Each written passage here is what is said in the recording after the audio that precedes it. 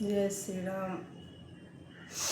किछु लोग अहाँके एहन रहती न जो वो बहुत चालाक रहती, मतलब एगो चालाकी के हद जे पार कऽ दै छै ने से हद पार केला चालाक रहती। आ वो अहाँके मतलब सामने वाला को ई समझै छथिन न जे हिनका चालाकी नहीं छनि या ई नहीं बुझै छथिन या ई बुड़बक छथिन। आ वो ई नहीं समझै छथिन जे सामने वाला सब समझै छै, समझ कऽ अहाँ इग्नोर कऽ दै छियै। ई सोचै छियै चल भाई तू हमरा मतलब बेवकूफ़ समझै छ तऽ तू हमरा बेवकूफ़े समझ, कोनो बात नहीं छै। लेकिन अगला ई सोचै छै जे हिनका पास बुद्धिए नहीं छनि, हिनका हम किछु कहि कऽ निकलि जाइ छियनि, ई हमरा जवाब नहीं दै छै।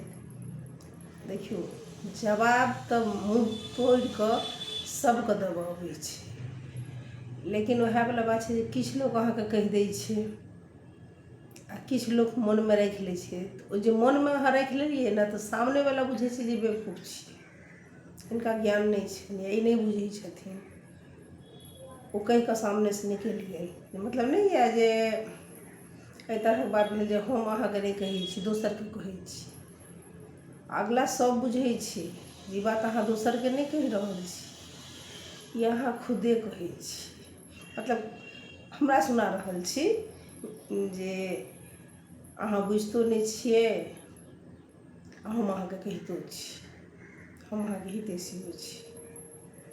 एहि धरती पर ना भांति भांति प्रकार के लोग छै।